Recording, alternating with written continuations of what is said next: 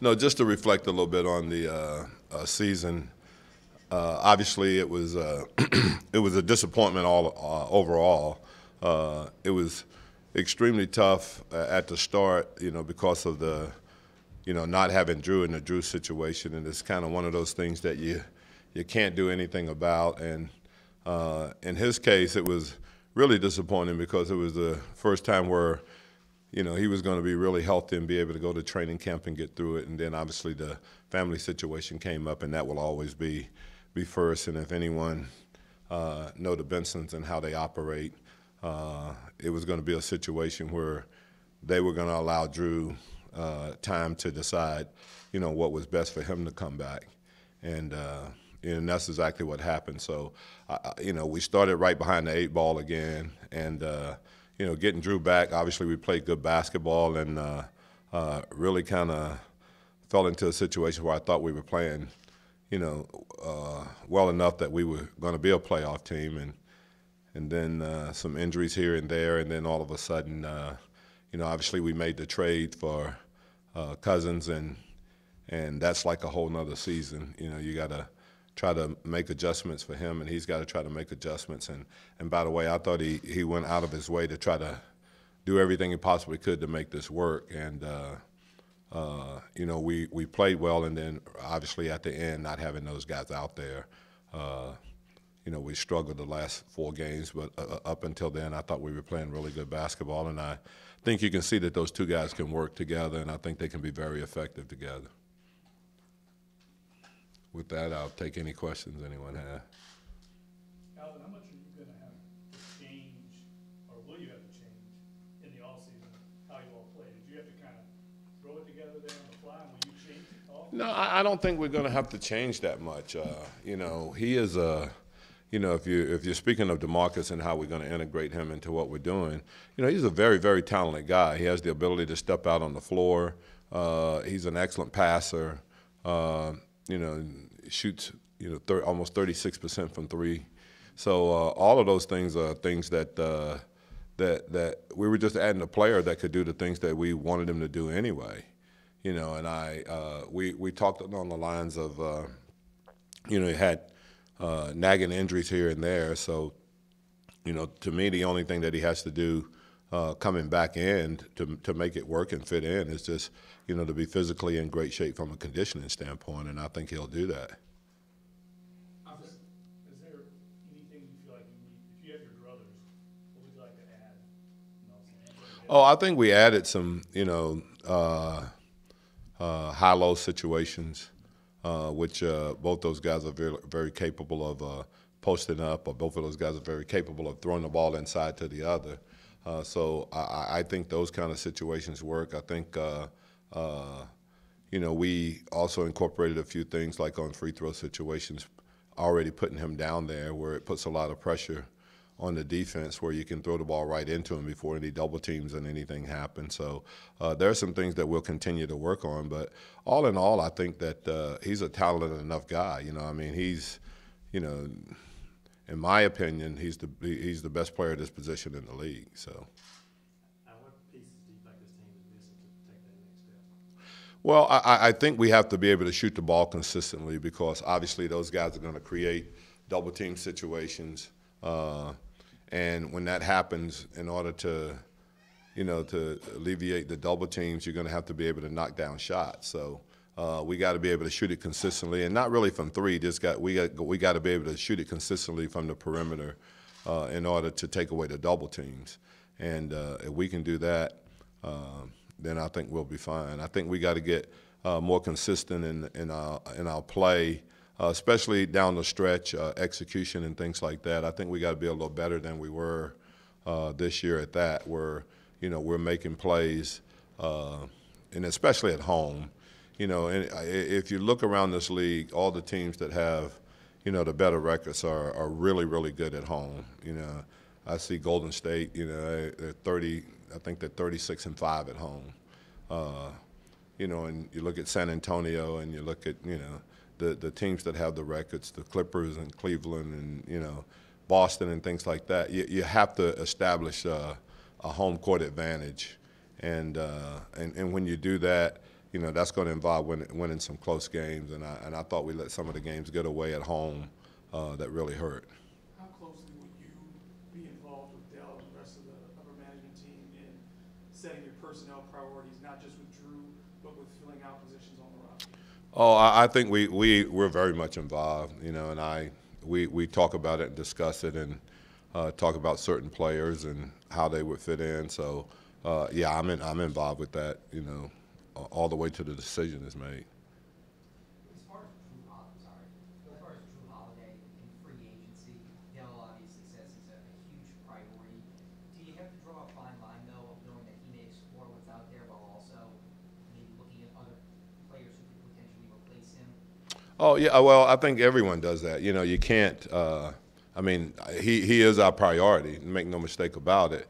But, you also, as a business, this is not any different than anything else in that, you have to look at a situation that if he doesn't come back, then what do we do? And so you have to have a plan A, plan B, plan C. You have to have everything aligned so that if something unfortunate like he decided to leave or something happens, that you've got yourself covered. I mean, that's what every team in the world would do. Miami did it when LeBron left, Miami, and Cleveland did it when LeBron left Cleveland. So it's just kind of one of those situations that that's a possibility. So as a franchise, you cover all of those grounds. A lot of value put in Solomon and each one signing this offseason. Obviously, major free agents for you guys. Did they add what you were hoping for during this season? Or did you? Yeah, I think both of those guys. I mean, I think Solomon had a great year. We felt like he was the guy that could guard that perimeter player that we struggled with so much last year. And I think if you go back and look, he had a run where he guarded Paul George, did a great job on him. Kevin Durant, guys like that. I think he did as good a job as anybody else guarding them did. And then with each one, I think he's just a real solid guy that just added so much to us that sometimes I think he can get lost in the, in the shuffle of just being that consistent, solid guy. Sometimes he's not noticed, but I thought he had a really good year for us. And at the end of the day, adding those two guys that were solid defensively, and especially Solomon. We went from 26th in the league, and right now we're 8th. So to make that jump where we were struggling, especially with the perimeter guys, I think they added a lot of value to our team and what we were trying to get done. You always say that you evaluate yourself in every sort of situation. Have you started doing that yet in terms of the broad look at the season? Yeah, I told you guys last year, I always do that. I look at, what could have changed, what I've done, what could I have done better, what could we run better, or, I think as a coach you have to do that. You have to look at all of that before you start evaluating, what didn't go right with the players or the execution or what happens. And yeah, I mean, I go back and look at every single game that we played and what could have been done better or how I could have helped put the guys in a better position to win. Have you started doing that yet? Have you any early thoughts on just looking back at this game? Well, we got in at 6 last night, and 6 this morning, so I think I have plenty of time to do that. Have you had any talks with ownership about your future with the team, and is there a belief that you'll be back? Hadn't had that. That'll happen soon, I'm sure. Like I told you guys, it's not anything that I spend a lot of time worrying about. I'm at the office and I'm working and I'm preparing for the summer and everything else like I would normally do that. And when the time comes, that decision will be made. Alvin, do you think this team can challenge the Western Elite next year? I mean, how good do you think you all can be? I think that we're a team. We're still going to be a team trying to find ourselves. Obviously, I think the one thing that we have to, do is that we have to become more consistent. We have to be able to figure out what we're going to get every night, from certain players. I think talent-wise, obviously, with AD and DeMarcus, we have two of the top 5 players at their position in the league. And I think our perimeter play has to become more consistent. I think Drew being in a much better place, just mentally for a season, I think he could be a really, really good player. I mean, I think he's kind of proven that last year, the way he played, for the most part until he got hurt near the end of last year. So those are the kind of things that I think we have to look at and know that in order for us to challenge the Golden States and the San Antonios and those teams, we have to do that consistently. But I think it's being a little unrealistic. There's a whole ladder. There's a big ladder that we have to climb before we worry about Golden State, San Antonio. We got to try to, there's Portland, Memphis. There's those teams that we've got to get ahead of before we start thinking about, the San Antonios and the Golden States of the West. When you talk about wanting to know exactly what you're getting from the other guys on the roster, what do you talk about with DeMarcus and Anthony and say maybe statistically next year your numbers don't look the same if everybody else is better, but there are things I want you to work on individually? No, their numbers can be the same. They're 2 talented guys. Like I said, for me, I think the big thing is that we have to find a way to shoot the ball consistently. Not necessarily 3-point shots, but we have to find a way to shoot it consistently. I think those 2 guys got to improve on when they are double team, making the right play, making simple plays, or getting the ball to the weak side of the floor. Those are all things right there that become much easier to do when you go through a training camp, and those things are really kind of mapped out, and you can practice them not only in 8 days of training camp, but you have 8 preseason games that you can get all of those things down and establish a consistency in what you're trying to do or where guys are going to be on the floor. We went through a stretch where we shot the ball real well, and when you do, the game becomes easy. And we just, like I said, it's just got to be something that we do consistently, not necessarily from 3, but, consistently from the perimeter. Obviously, you've worked in the NBA for a long time. At this stage, I don't think you ever say woe is me, but given the fact that you dealt with the injuries last year, Drew, the Cousins trade, do you hope at some point you have some semblance of consistency and normalcy while you're here? Yeah, I do. In all honesty, but obviously it's just kind of part of what happens, and you can do one or two things. You can have a pity party for yourself, or you can say, how the heck can we make this work? And we choose as a coaching staff to say, how the heck can we make this work? And for the most part, I thought the guys, we got really good guys on this team. We got really, really good guys, and they're easy to coach, and they're fun to be around, and they try like crazy. They really do. And for us, it's just a matter of, if you're missing an Anthony Davis, it's not going to be the same. Every team struggles if their star player is out, somewhat. Even Golden State did with Kevin Durant until they kind of got it figured out. So it's just one of those things where, obviously I would prefer to go through a training camp and have the guys in the preseason that's going to be playing, the consistent minutes in the regular season, because I think that's where you gain consistency. Is there anything you want to see from Anthony this offseason? He's built something that feels like almost every offseason in his game. Is there anything this offseason you think that he can improve on to become even more dynamic? I think he's pretty good. You can always get better, and I think he's one of those guys that's always going to work at it. But I was just looking at some things this morning, and he had 49 double-doubles, 8 40-point games, 3 games of 20 rebounds or more, and a bunch more where he was at 17, 18 rebounds. He had 19 30-point, 15 rebound games, and he played in 75 games. So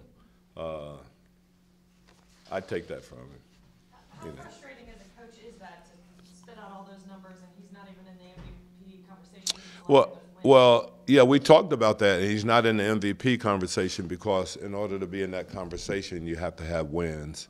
And I think if we were better overall record-wise as a team, there's no doubt in my mind that he would be in the conversation for MVP, and I think everybody feels that way. You know, All-Star Game MVP, and you know, didn't even mention that with a record 53 points. But I just think that you know, you can't be in that conversation. You know, that's why you get, you know, the Steph Currys and the James Harden and Westbrook and Kawhi Leonard, you know, because their teams are winning games.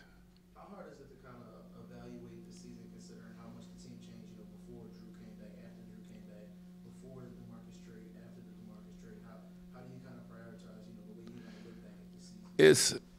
It's tough, but the way I look at it is that you know, we're good enough that we can beat the world champs. We're good enough that we can beat the Clippers and San Antonio, and you know, and have wins over real quality team. But then we struggle, and we have a game like we have against Brooklyn at home. And those are the things that I think we have to, as a coaching staff, we got to find a way to eliminate. You know, as players and as coaching staff, we got to find a way to eliminate those kind of losses. You know, it's the worst loss that we had at home this season was to Brooklyn, and obviously, you know, you have those nights where that happens, but you know, it's one of those deals where I just don't think it can happen at home. You know. Asked Dell about this as far as Drew obviously playing with another point guard. It seemed to help him out at the end of the season, but could that potentially diminish his worth here, that you may need another point guard to play with him to get the best out of him? I think Drew is, you know, he's one of those players that's really, really talented. He has the ability to be a point guard. He has the ability to play off the ball. So, yeah, I think having another primary ball handler out on the floor with him can be a help to him. And I think he's very accepting of that. You know, he's not at that point where he wants the ball in his hand, you know, all the time. And, you know, like a Chris Paul type situation, that's not really who Drew is. He's very much like playing off the ball where the offense is initiated, and then he's the guy that get it and ends up making plays. So that's the beauty of having a guy like him, that he can be off the ball and score and put pressure on the defense, or he can also be your primary ball handler. How much of DeMarcus's conditioning issues were attributed to his Achilles? I think a lot, you know, because it's hard for him to practice. You know, he didn't practice a lot in Sacramento. And so, you know, that's one of those deals where, you know, it's a little touchy in that, you know, you'd like to have him practice, but, you know, obviously anyone that knows about an Achilles is that, you know, if it pops, then you're done for the year. I mean, for a whole year from that date. And so you just got to be a little bit cautious in what you do and how you approach that from a practice standpoint. And so, you know, when he can't do a lot, obviously he's on bikes and he does everything that we've asked him to do. I mean, but you just got to be careful with that. In the off season, do you think that'll just be rectified by time off? Well, I think it's going to help some, and you know, obviously the treatment that our medical staff will give him, you know, hopefully that's going to help some too. Coach, can you name one or two pleasant surprises or positive developments that you're excited about seeing continue next year, like say Cheek Diallo's development or Jordan Crawford's unexpected contribution? Yeah, I think, you know, Jordan Crawford, obviously offensively, to have a guy that you can stick in the game and has the ability to get 20 points for you is really key in this league. You know, to find a guy like that. I think Chet is one of those players that, you know, he just needs experience. You know, and there's going to be situations where, you know, he does a lot of great things, but there's going to be situations where he makes, you know, he's going to make a bunch of mistakes because he's a young player. Didn't play a lot, you know, at Kansas. Didn't play at all at Kansas, really, you know, from the standpoint. And then we sent him down to the D League, and he's done a good job there. He's one of those kids that is going to be really, really difficult for him to fail because of the work ethic that he has and just the, you know, the attentiveness that he has to trying to get better in details and things like that. So it may take, you know, a little while. He's not a guy that's, you know, just going to jump off the screen and all of a sudden be doing this. But I think from a process, of learning and getting better, he's going to do that because he's going to put in the work every single day. The Achilles issue with Marcus, is that something that he might need surgery on? I don't know that. I don't think so, but I just think it's a precautionary thing where you don't want to run him out there playing 35 minutes and then the next day practicing for 2 hours. I don't know if that would be the healthy thing to do, but I don't know the details on that. It would be something that obviously that would be discussed and talked about, and I would know more. The more it's looked at and dealt with. Anybody else? You can just call us in the summer and let us know about it. No, I do want to say I really appreciate you guys, and I think that you guys are very fair in the way you cover our team and what you do, for the most part. But it is, no. In all honesty, I think that this really is a unique place. The way I think the media covers the teams that are here. I think you guys are really fair, and I think you guys really think about it when the criticism is deserved. You guys write about it, and I don't think anybody can argue with that. That sometimes there's criticism that is deserved. So, and I think when we do well and play hard, you guys cover it the same way. So I don't have any problem with anyone in here, the way you cover our team and what you do. And I just and from a fan standpoint, I do think I've been in a lot of situations with a lot of teams, and I can honestly say that I've never seen a group of fans here that are more dedicated to their team and want them to do well, and always seem to have a real positive approach to anywhere they approach you, at dinners or walking the street or whatever. They all just feel like, hey, we're going to get there. We're going to get there. And believe me, I've been in a lot of places where that's really not the case. So I love being here, and I think it's a great environment. Thanks.